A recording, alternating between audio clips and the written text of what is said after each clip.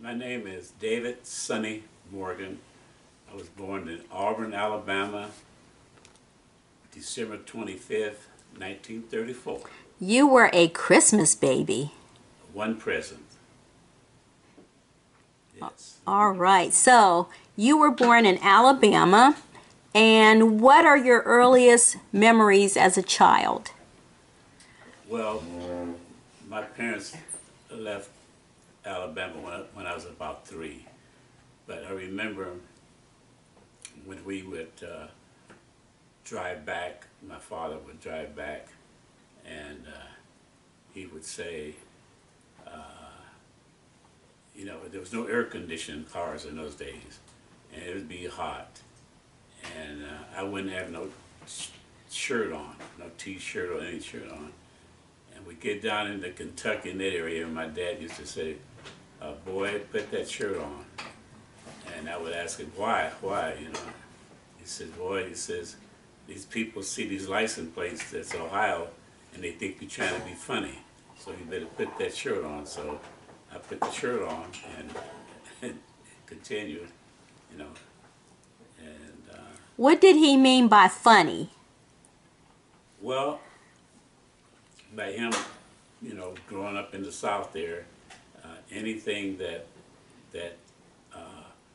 a black person did that the whites didn't like, they would say, well, that guy's trying to be funny, and we want to take care of him if he's being funny. So that's what he meant by being funny. Not ha, ha, ha, ha. It's about, they're going against the grain. They ain't supposed to be doing that. Yeah. So, Absolutely. I've heard that terminology forever. When I was small, well, my dad told me, I asked him about how do we get up here, and he says that after each year we get the crop, he says he put it in, get in the wagon, go into town, and go to the store, and whatever it is, the storekeeper says exactly what you owe me, and he gets to go back and he start doing it again. He says that so one time he got into town and he kept the cotton seeds and went and sold those separately, and got him a can of Prince Albert tobacco, some rolling paper, and he had $5 left. So on the way back home, he had the wagon and the horse, so he stopped and he sat on this tree stump to roll him a cigarette. And as he was doing that, he felt something on the back of his head. And here it is with this white man with a rifle, took his tobacco, his paper, and his $5.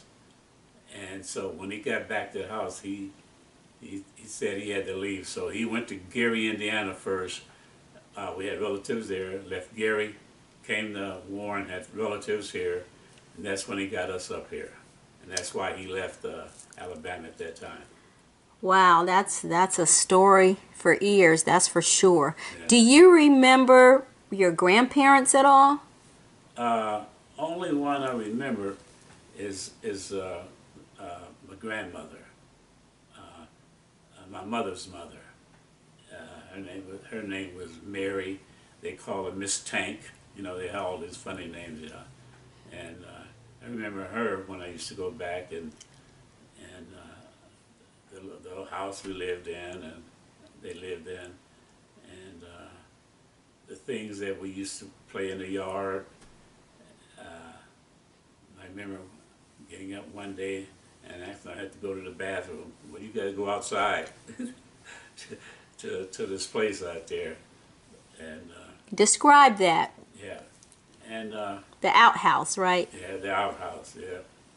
And I remember that most every summer we would, when my mother would go, we would get on the train and have these little shoe boxes of lunches with the cold chicken and all that.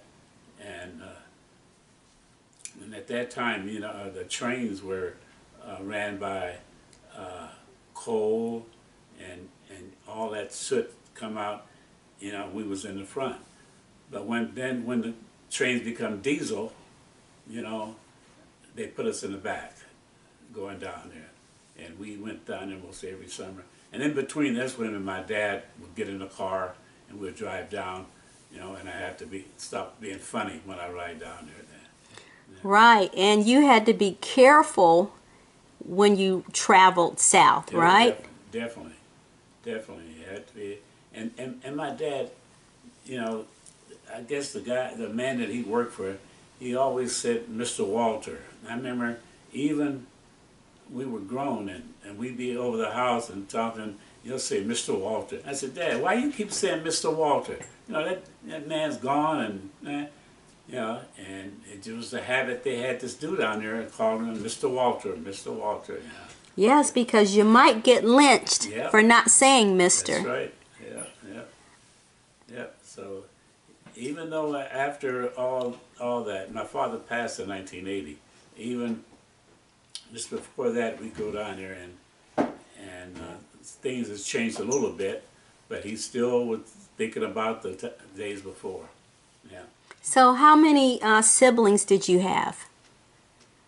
I was the only boy, and I had 4 sisters, but one of them died when I had to be maybe about 2 years old, something, because the casket was real tiny, and I still can't remember. You know, I was too young to know why she died, and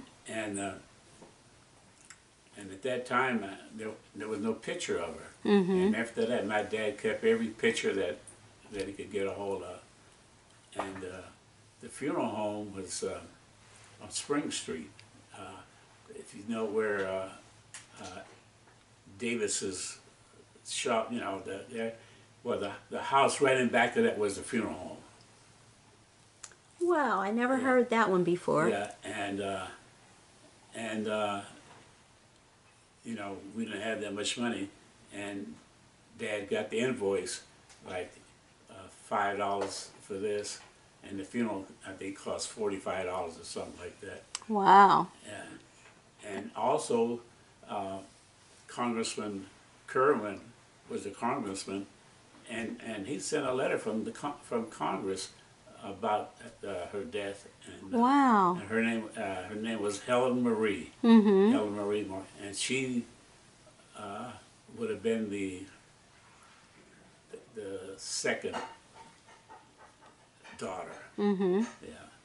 Wow. Yeah. So tell me about your parents. What line of work were they in? What did they do, career-wise? Well, my dad, when he first came here, he worked at out at Ravenna Arsenal. He worked there for a while, and then he got a job down at the Republic Steel, the Coke plant on Main Street, and he worked there.